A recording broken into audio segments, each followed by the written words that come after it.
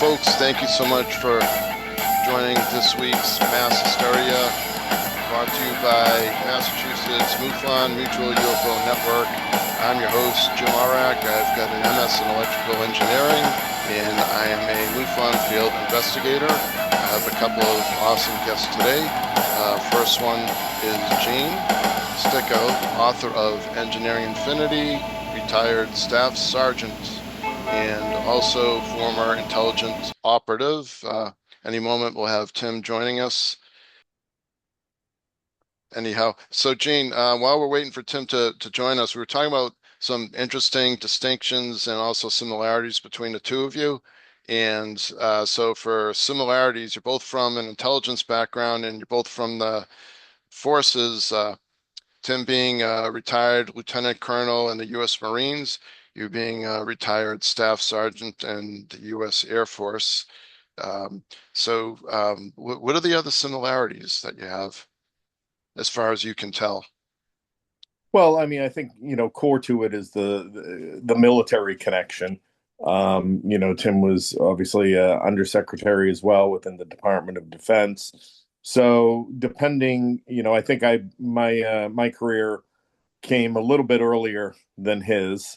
And particularly my focus later being on the oil and gas industry after I left the military in '99.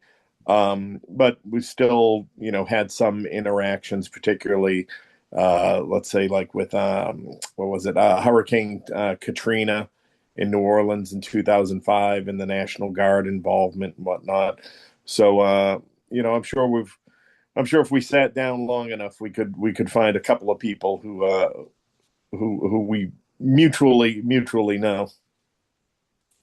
Um, yeah, another interesting thing that Tim mentioned before was that he's coming from also coming from the perspective of, is something a defense threat? And so that's primarily the purpose of AARO ultimately. And he was saying, if there could be discovery of non-human intelligence, then that's Nobel Prize worthy, and neither AARO nor anybody else in defense would have a problem with it, just so long as nothing touches on defense secrets. So I thought that was kind of interesting, but I'm not sure if you're keeping up with the latest and greatest with damage by drones in the Ukraine Russian conflict. And they showed a military base with several huge airplanes destroyed by Ukrainian drones. And yeah. Yeah, absolutely. Of course, sort of keep touch of that news. I mean, as it relates directly to, the body of work from Valeris in Engineering Infinity that we proposed. One of the main things that jumped out to me over the last 6 months or so was the correlation between what he has in developments that are coming out of Russia, particularly with their space-based weapon systems, their discussion of EMP type systems that could take out nuclear missiles that, and they continually use a phrase saying that all of it is based upon new principles, new physical principles, is the quote that comes out of there. And some of the high level comparisons I ran against it, again, I think this body of work supports or has some foundational merit for those types of projects.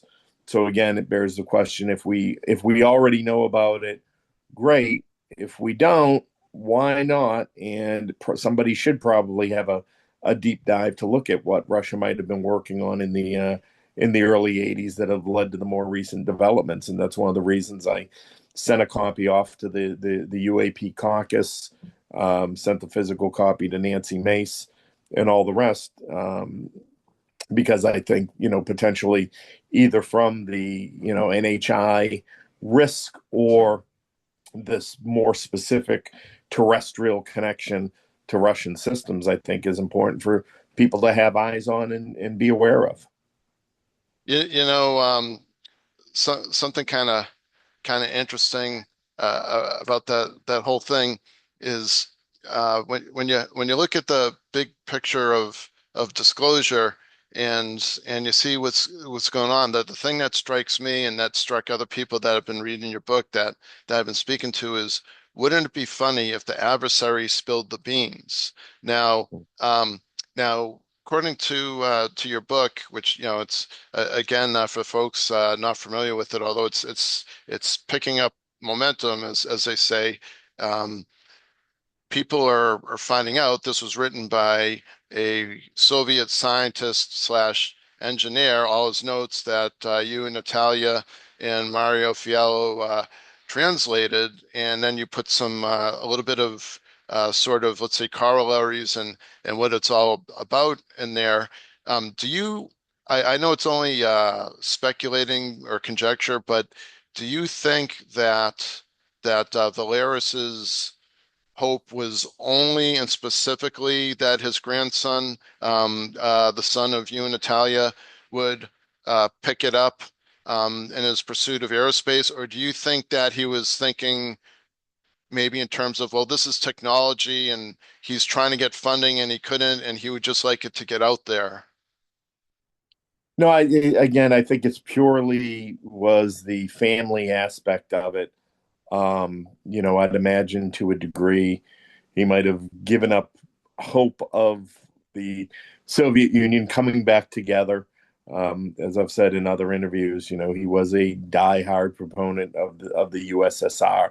So I suspect, he was safekeeping these materials for the return of the Grand Empire, as it might be. And didn't cross his mind about the more public disclosure, or again, perhaps in the subsequent years and the public face of the UFO discussion just made him feel like it was subject to ridicule anyway, so it might as well be a fun thing to share with his grandson. So I don't imagine that the idea that this could contribute in the way it's contributing, and never mind being supported by so much more information that's being developed. Yeah. I shared with you offline.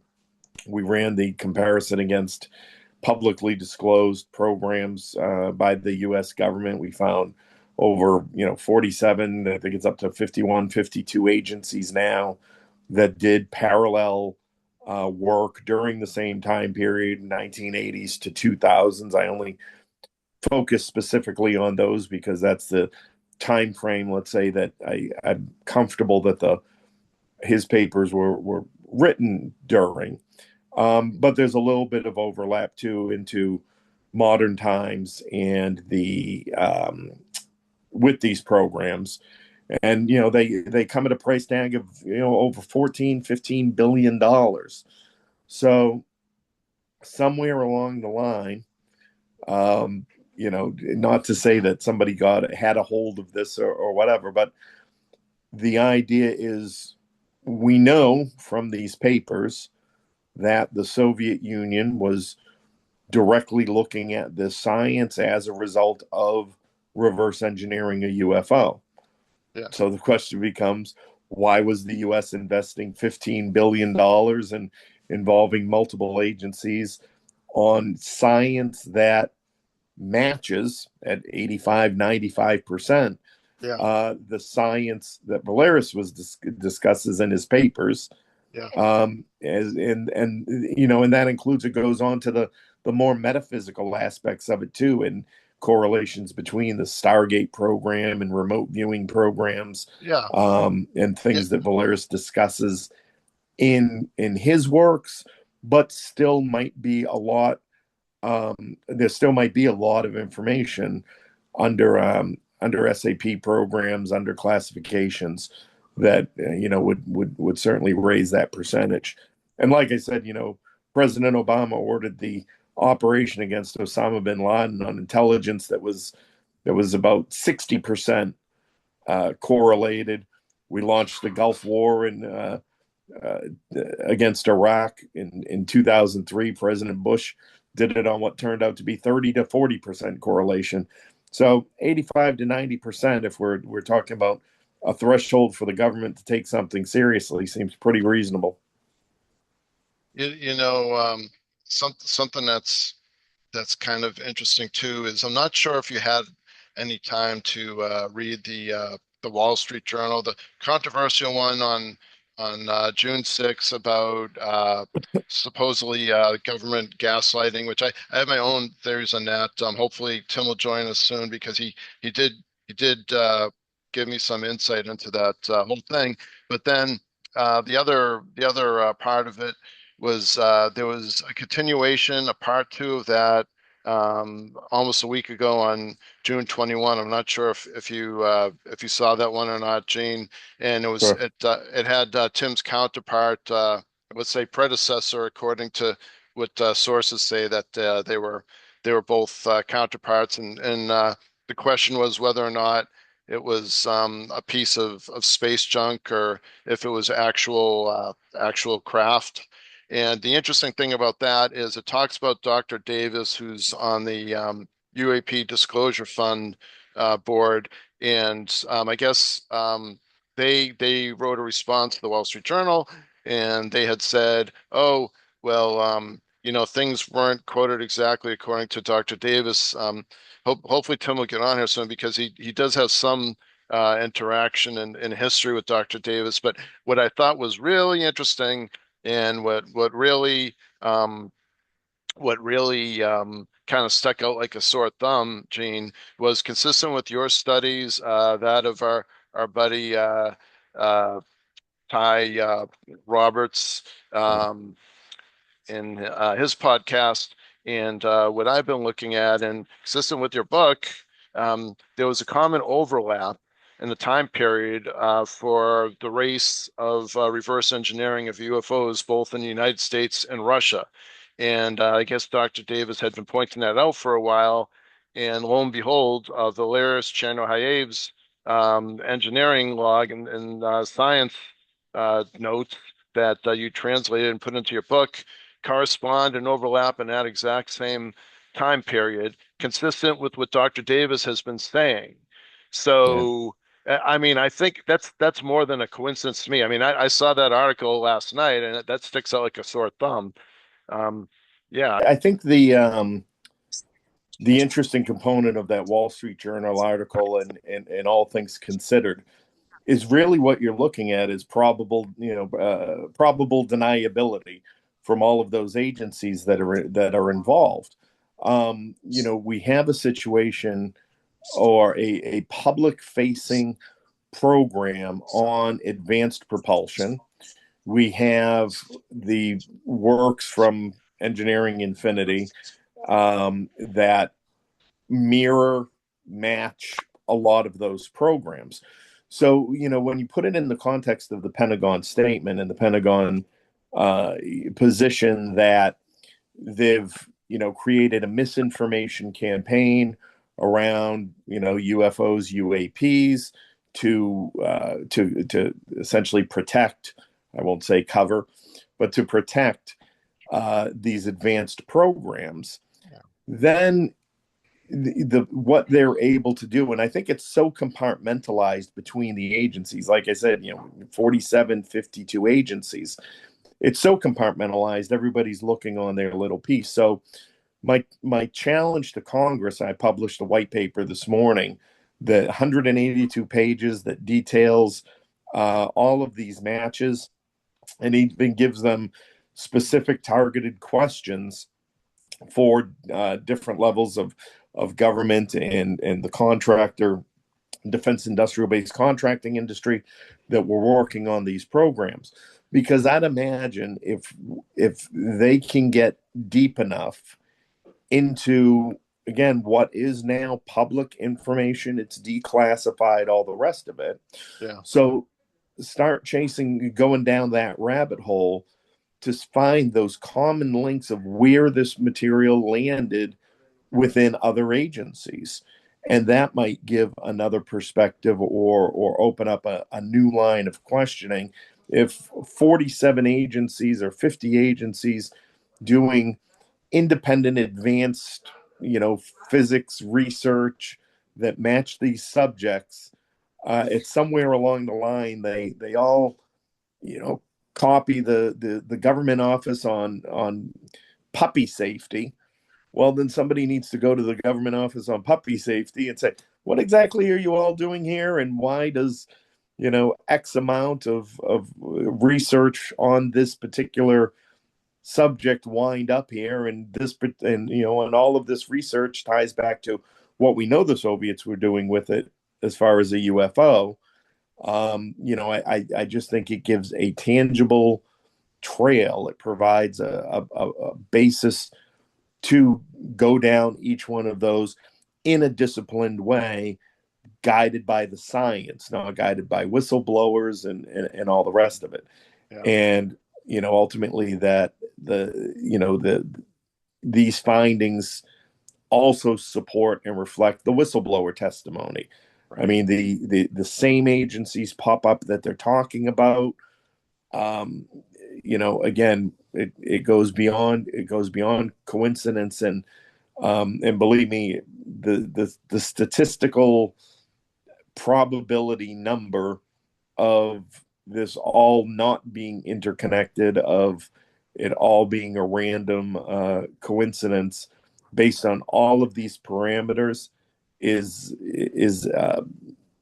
there is no number. There is no degree of probability that it's not related. Yeah, yeah. Just to put the viewers' minds at ease, I'll tell you what my evaluation is, but what your evaluation is, and what your thought or what your gut feeling is. What would you say if, for some reason, Valeris was, and again, this is just a theory, somehow either coerced or whatnot into making such a thing that looks like it, but someone who's technically skilled could just go along and create something, but in reality there was never such reverse engineering, which I don't buy that, but to kind of like put the viewers' minds at ease. And I'll tell you Mm. why I don't believe it, but someone had posed that. What would you say? Yeah, I mean, and that's a valid point, because so my and it's something that I explored a lot too. Could the UFO, as you know, he's quoted and describes it in the papers, be a red herring for another advanced propulsion type exercise? Yeah. So why I think that's more improbable than probable is that these were his private notes.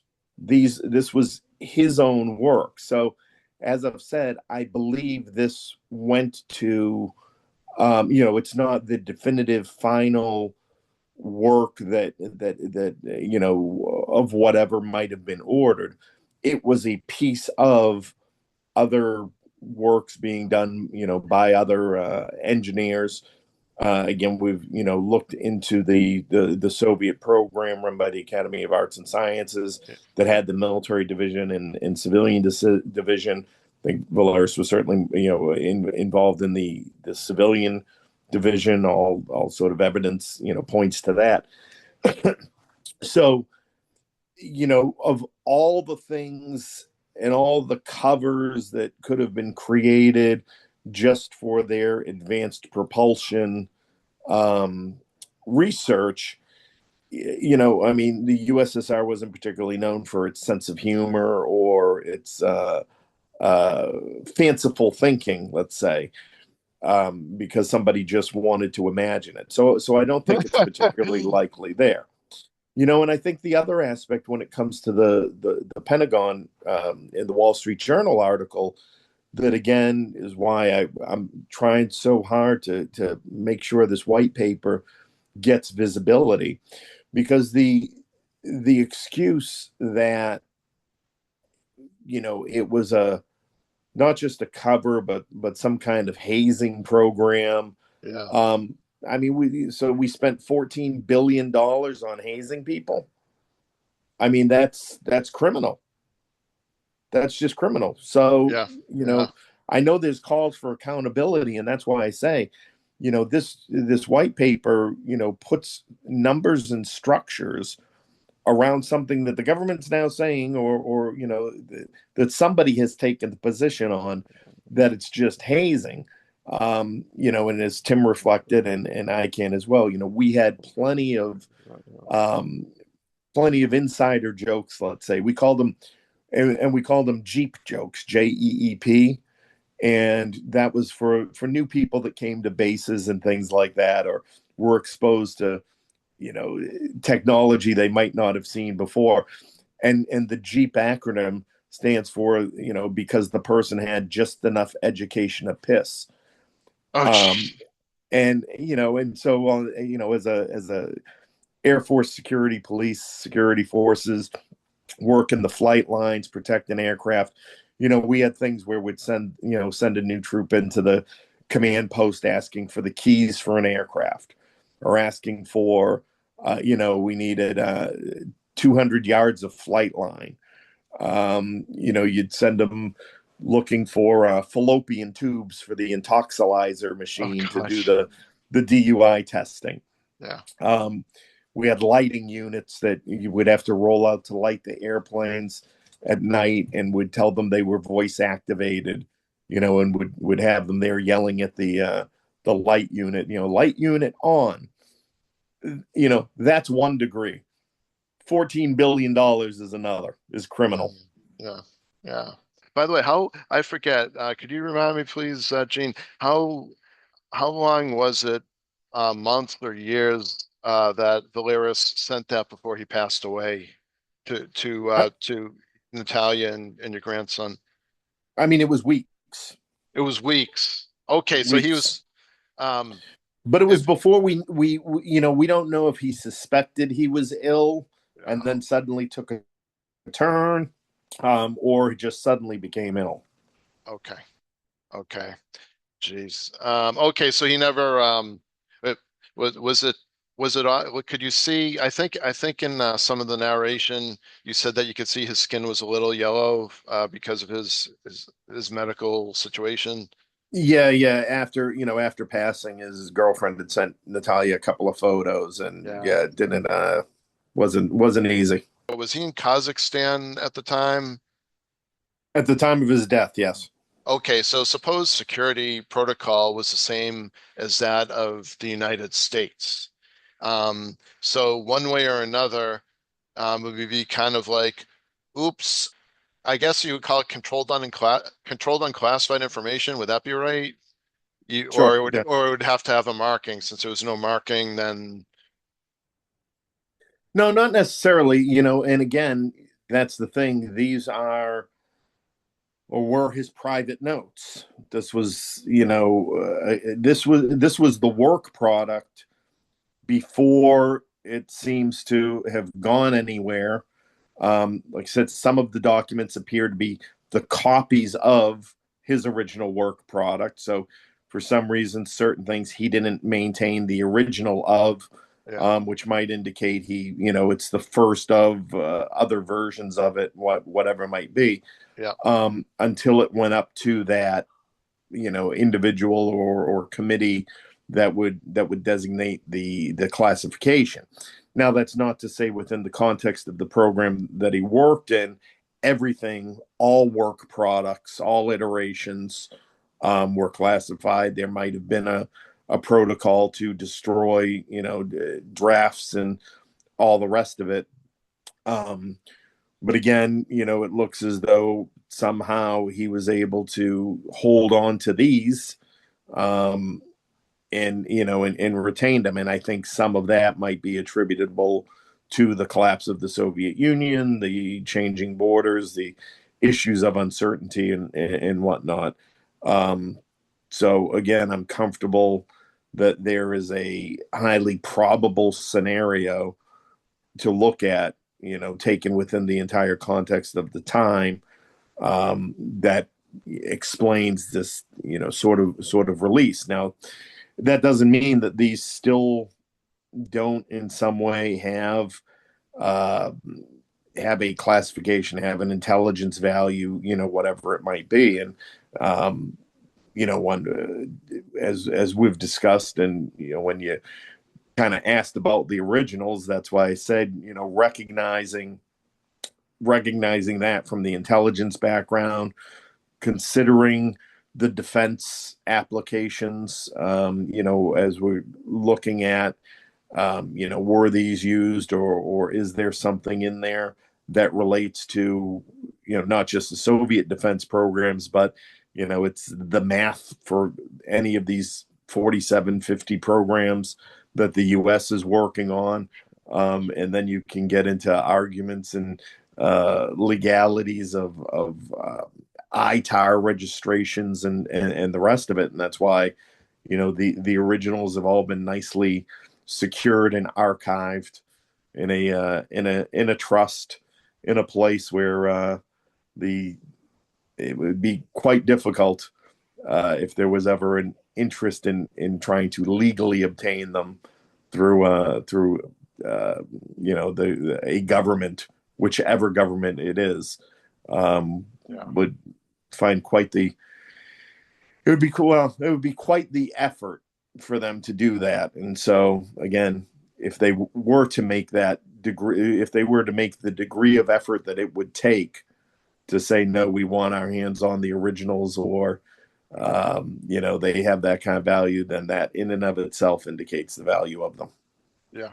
Yeah. Um, I mean, there's a lot of questions coming in by email that I need to to forward to you, but it's kind of interesting. One common question that comes up is, are there any similarities to what Bob Lazar had disclosed in his in his video that he released? I believe it was in the early 1980s, and the answer is yes. The two primary commonalities, of course, that I see are the geometry and also the power plant and with nuclear reactions. And the thing that I see about the power plant with the nuclear reactions is that it's creating either, in the case of Lazar, new types of elements or isotopes for a very minuscule amount of time, but enough to generate um, the same type of power that, instead of out of a tiny little enclosed structure, you would need like a humongous nuclear power plant to generate. And same thing in Valeris's, although his is talking a lot about deuterium. Um, and in both cases, it's interesting because the human being by looking at the diagrams in both. And if someone's a little versed in not necessarily nuclear engineering or nuclear physics, but just basic chemistry and how things either combine, or how you have exchange of electrons, or how you change hydrogen into a basic hydrogen atom into deuterium and things like that, very easily conceived by a human being about what's going on.